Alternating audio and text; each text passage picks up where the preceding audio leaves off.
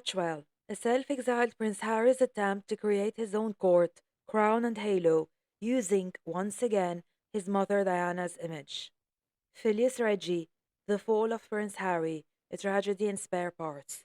Excerpt from chapter Hamartia. On the last day of the year, the Sussexes launched their Archewell website, positioning it as a spiritual reset button and an invitation to a grieving, exhausted, and isolated global population to follow their story of rebirth.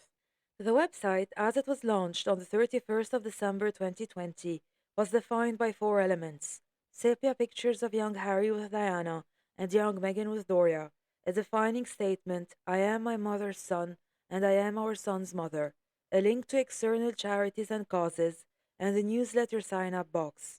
There were no programs, no plans, no specific goals. The central quote, I am my mother's son, and I am our son's mother, might read like a sacred text, but it is ideological, exclusionary, and calculated. Harry, his mother's son, anchors himself to Diana. He is her son, not hers and Charles. Meghan, on the other hand, presents herself as the maternal bridge between the legacy and the future. She is not Doria's daughter, she is not Harry's partner, and most importantly, she is not a woman, a person in her own right. She is the mother of their son, the mother of Diana's grandson. The quote creates a closed cycle where Diana is the myth, Harry is the heir, Archie is the legacy, and Meghan is the vessel. It leaves no room for Meghan's own origin, Doria's contribution, visually present through her picture but narratively erased, Harry's adulthood, fatherhood, partnership, community, queer families, chosen families. Essentially, it is monarchical mythology dressed in progressive beige. The main page signed off as Harry and Meghan. The use of the first names implies raw authenticity and emotional directness. However, every other page on their site referred to them by the titles given to them by the Queen, which are tied to the institution they supposedly fled, based on hereditary aristocracy, and are irrelevant to American legal structures. The message is clear.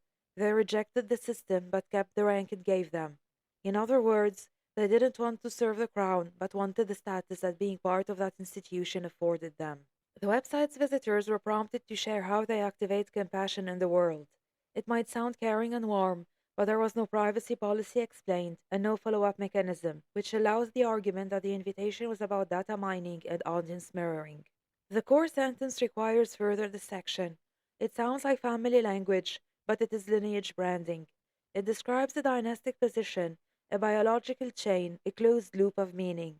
The single sentence performs a complete act of gender reduction. Harry is only the son of a dead woman, and Meghan is only a mother.